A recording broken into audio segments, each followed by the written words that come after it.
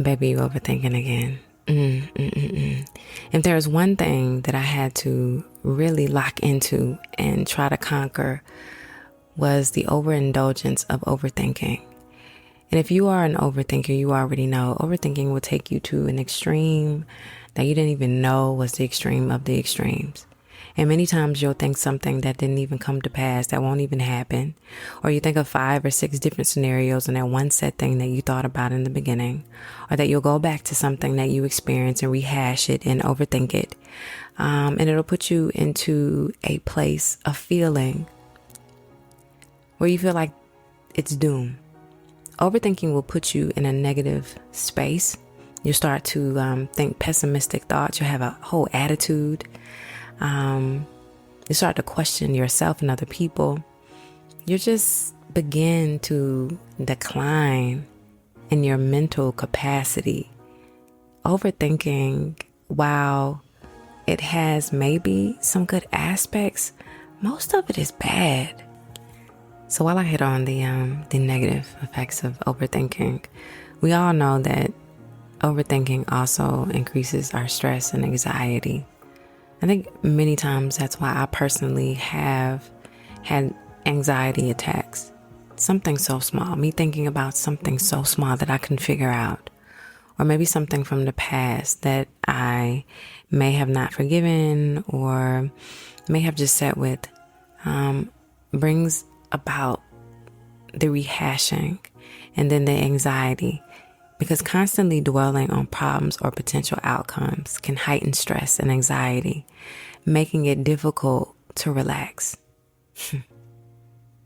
Something about overthinking churns the minds in several different directions, where there are happenings where you feel like you are going absolutely crazy because there is no place of calm. There is no place of cohesive thinking. There is no place of clarity. There is no place of understanding. Your emotions are so tied into it that it becomes detrimental to your mental health. Overthinking also conjures up negative thought patterns. It again fosters this cycle of negative thinking where you focus on the worst case scenario and doubt your abilities. Something as small as, and I remember this happening to me, I remember being in school, and one thing about me is I hate math. I hate, when I say hate, bold, H-A-T-E, hate math. But I also learned too that sometimes the things that we initially hate, we draw from. We draw back from it so we don't forge through and try to accomplish that one thing that we are so afraid of. So anyway, math never was a great subject of mine. It's so much analytical thinking, and I overthink when it comes to math. So statistics was a subject that I had to take in order to get my degree. And I'll be honest with you, I chose a major that had less math because I didn't want to deal with it. So in this class, I had a great teacher who was great at explaining step by step certain things. And to a certain point, I had it. Like I felt like I was conquering that one thing. And then we moved on to something else and it totally lost me. And so my professor had certain days where you can come in and talk to him. And I'd emailed him and I said, listen, I'm so totally lost on this particular unit that we have, and I need additional help. And I ain't too proud, y'all, because when it comes to me not understanding I'm about to flunk or fail something, baby, I'm going to save myself. And so anyway, went into his office and I showed him the parts that I didn't understand. And so he said, let me see you work this problem out and then I'll know exactly where you're going wrong. So we had this problem and I'm working it out. And I get to the end, he doesn't stop me or anything. And he said, that's not the correct answer. And so I'm like, why? And he said, I'm going to tell you what it is. He said, you're overthinking this certain step. And so he began to show me my steps above my mistake. Everything was going right. He said, but I saw that when you were getting to this step, you sat with it. And it seems as if you were going to make the right step, but you did the wrong one because you convinced yourself that what you initially thought was the wrong way. And I say that to say that in overthinking sometimes also, then we're trying to get to a point of clarity or trying to fix something or come to a conclusion. Normally, the first thing that we think is the answer, but we convince ourselves that it's not right. And so when he showed me where that instance was in that problem, that step that I didn't take, that I didn't cohesively go with, the first one, when he said that, I said, you're correct. I thought that I had it wrong. And so he said, let's do the next problem. So when I did the next problem, I got to that step that was similar to the previous, and I went with my first thought, and I did it correctly. The thing about overthinking is that the negative patterns become the negative thing, and that we don't use positive things as an outlier, that it's not an option for us. And so that the way that we maneuver in a situation, a problem, or whatever we're facing is to always look at it as problematic and not a source of completing something or fixing it, solving it, or making it right. So sometimes in a negative thought process, when you find that you are constantly regurgitating something over and over, is to take a step back, to let your mind just kind of wander into another place, and then to come back to it, but also telling yourself, I will not rehash this thing over and over and over, because the rethinking is giving space for negative thoughts and negative outcomes. How many times have you been in a mode of overthinking that you didn't get what you were supposed to get done? Yeah.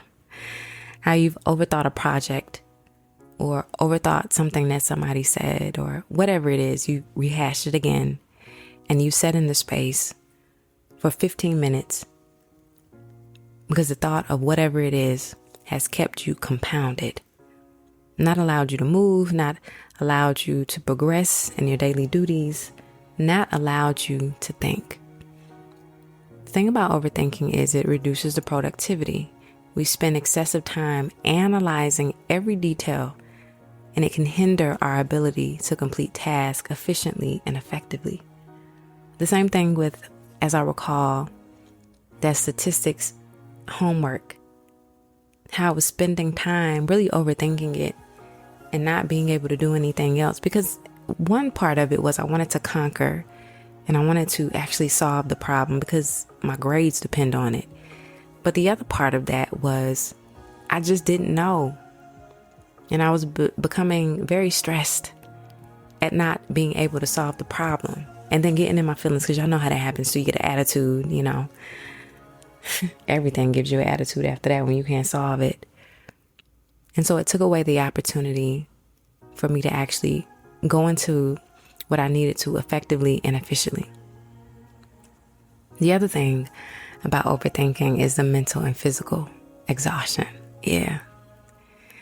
When you continuously overthink, there is mental fatigue. You start to get cloudy. Your mind cannot think cohesively. You cannot think of the answer. You cannot solve the problem. If you had an issue with a friend and you're rethinking, what was said between you and that friend, you done created a whole scenario. One thing that could have been said, you done segued into different instances on what that person meant. And it causes you more stress than anything. It impacts your overall well-being and even causes you physical symptoms like headaches or just disturbances in your sleep. And listen, this has happened to me several times where I've overthought myself into a headache. I've overthought myself into tears. I ain't ashamed to say that, because when I can't get the answer to something, or I've overthought the scenario into something bad, I'll hurt my own feelings. And I know that's happened to y'all. And then even overthinking myself at night and can't go to sleep because for whatever reason I feel like I need to solve it or have a conclusion, or somebody need to tell me sorry, or whatever the circumstance is. We overexert ourselves. The mind is a terrible thing to waste. And overthinking can also impact friendships and relationships where there is no clarity in a said thing or a thing that was done. Overthinking can strain the relationships, as we can sometimes become overcritical of people. We can be distrustful and we provide distance between us and the person. I never forget something happened a few years ago where my husband said something that I didn't like. And instead of addressing what was said, he said it in a joke, but I didn't take it that way. And I had a whole attitude, y'all. I mean, I had a tude out of this world. And every time he would say something to me, I would reply very short. And so after a while, he got the clue. And he asked me, but see, he didn't correlate what he said to my behavior. And was one. I still do it sometimes. That when I get in a little attitude, I go silent. And it's not to punish the person, because listen, I've examined that now. It's not to punish the person, but I cut all emotions off because I'm in the thinking mode of overthinking. And so he got the clue that I was being short with him, and he pretty much asked, like, what is your problem? And I said, when you said such and such and such, and I, by this time I'm ramped up. When you said such and such and such, this really hurt my feelings. And he's totally not understanding what it is, but here's the part that also we have to work on. Sometimes what people do and we take as an affliction or a hurt has nothing to do with them, but everything to do with us. And what it was something that was historically something that I don't like. So sometimes I'll just put it out there. Sometimes I have my little moments, and my mother has, said it before. A couple of my friends and even my husband say it. And I think because I've allowed it to be said so many times that I've gotten immune to correcting them. But sometimes I have my moments, like when someone tells a joke, I don't immediately get it. And so my mom used to say, sometimes you act like a blonde. And my friends have said it as well. Y'all can't tell a joke around me because listen, I will analyze that joke and try to make sense of it. And so the reaction is, while everyone is laughing, I'm really literally sitting there like, I don't get the joke. So let me analyze this in my little mind. And so the joke was said and I didn't get it. And it took a long time, and my husband was laughing at me and he said, I guess you having a blonde moment. And it, for whatever reason, in that moment, it struck me. I know what the reason was because it had been a repeated thing said to me. And I took my attitude and my problem and my issue out on my husband by being short with him. But he didn't recognize nor know that that was a problem for me because I never voiced that opinion. But in my overthinking, I thought to myself, now he's supposed to be my husband. Why would he say something like that? That means he doesn't care about me. That means he doesn't care about my feelings. How could he say like those type of things regurgitated and played over and over and over again in my mind while he's still trying to figure out, well, what's wrong with her? And then when I opened up and told him about it, he understood. And he said, I won't ever say that again. I didn't know that it was a problem because your friends and your mom had said it before. But that was my fault because I never put my finger on the situation and told people to stop. The thing about overthinking is we have to address it with strategies like mindfulness, setting time limits for decision making, and focusing on steps that are actionable. So how do we do that? First of all, when you find yourself in the act of overthinking about a situation, something somebody said, take yourself away from the situation because listen, when you are heightened in emotion, the emotions in the brain, the mind are going together, and you already know how this is going to be. You're going to create different scenarios and you're going to put yourself in a space of anger, sadness, whatever comes with it. Take yourself away from the situation. Breathe. Okay. Breath work is phenomenal when you utilize it. Even if you have to go into another environment and just breathe through the whole process of stopping yourself from thinking. Turning on music. That's another thing that I do. I'll turn on some music so that I can really just drown out the process of me thinking. Sometimes I just have to hush my mind up. And also for some people, going into prayer. and literally saying to God, I'm overthinking right now. Lord, can you please align me back to the beginning of what it was that I was thinking about so that I can cohesively, intently, and mannerably come up with an answer and a solution to whatever it is that I'm thinking about. Setting time limits on decision making. Sometimes we have to make decisions on certain things and we overthink how we're going to go through with that said thing. Not rushing ourselves to come up with an answer, but also trusting ourselves enough in a situation to know that many times the first answer is the best answer, and not second guessing or doubting ourselves in the process. And saying that 5 minutes is long enough for me to think about this thing so that I do not go into overthinking, and the decision that I make is a decision that I'll hold and I'll be okay with that.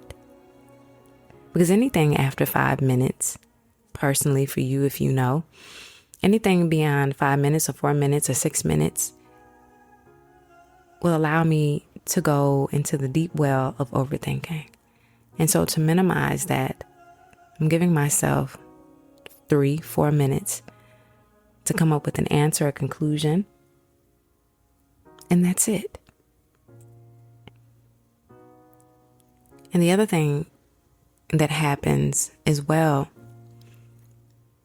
is that when we don't focus on actionable steps to move forward, we give ourselves the space to repeat the same thing that we've always been doing, overthinking.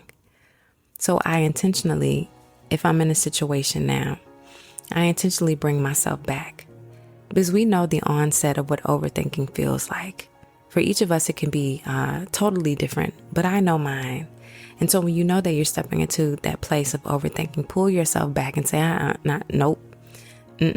Like I said, turn that music on, read a book, start cooking. If you need a walk, if you need to run, whatever it is that you need to replace in that moment to take you away from that overthinking. And then if you have to revisit it and say that I'm giving myself 5 minutes to think about what it is that I need to decide on, then I'm going to do it then. But I'm not going to sit in indecision and go back and forth and create several different scenarios that does not appease me or make anything work.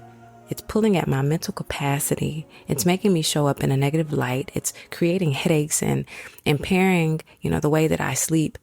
I'm not getting sleep at night. I'm tired. I'm exhausted. And I choose to do this so that I can be better. So I'll leave you with this. Overthinking is definitely normal because our brains are really wired to anticipate potential threats and to solve problems. Without this, we kind of just be hanging on the limb, okay? And it's just, it has evolved with history as far as we have been humans to survive. It's an extension of our survival mechanism. So while overthinking has its good parts, because again, we're analyzing a situation and we're trying to decipher which way to go, and it is much needed. Overthinking can put you at a place where it becomes destructive. You form anxiety. You can be angry. You can be sad, and you'll put yourself in a different realm and element in your way of thinking. And I'll leave you with this. We would all agree that stopping overthinking can be very challenging. But one thing for me, understanding the root of the overthinking helps me to manage the better conclusion or turnout of that said thing. And it turns it into constructive reflection for myself. Because it's me grabbing myself and saying, why am I overthinking again? What is the root of this? Why is it that I am making up different scenarios in order for it to fit whatever piece of information I needed to, or maybe not? Why is it that I always go out on a limb? What can I do better? Do I need more meditation time? How can I study the cycles that I put myself through when going into this place of overthinking? And also for many of us also is recalling things that were unsaid or that we didn't have answers to in our childhood. And it also develops into what we do is our overthinking, because when you don't have an answer, you come up with your own, and you base that deficit of answers to trying to find out the answers in your now. So to end this, to give you some, form of humanistic love and agreement. Listen, we all overthink, but we have to be real about what matters and what doesn't matter. If you feel like you're overthinking yourself into a whole attitude, sadness, depression, grief, anger, stop yourself. Utilize whatever tools are good distractions, not bad distractions. Y'all don't listen. Let's not go into substance or, drugs. But think of ways that embody the self-care, even if you have to read a book or take you a walk or whatever it is that you need to do. Implement those things in order for you to halt the progression of overthinking. All right. Thank y'all so much for listening. Thank you so much for being here.